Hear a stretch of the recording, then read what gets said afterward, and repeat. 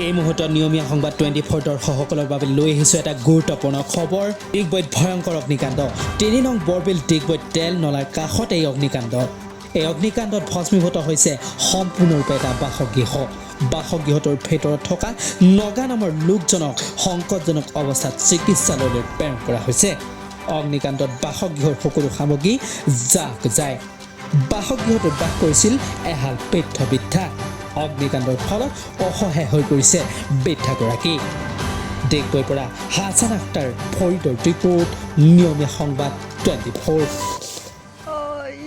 मुझे बोलते तो निकले नाइले तो कभी बांध पालेंगे और चल तब मैं निकले गिली मैं दाना लगाई पेशाब लगते बोली और निकले करो मैं घूमते भी नहीं पारी लाई लाई गली ऐसे पर माँ के बता दी ऐसा ऐसा नगा करते तुमने बुढ़ा बुढ़ी दुटाई आए रे वो बेटा गिला आते बहू गिला आते कहाँ गिले वो लोग ले गए बुढ़ा के हॉस्पिटल ले गए निकी हाँ कितना समय जल है घरटा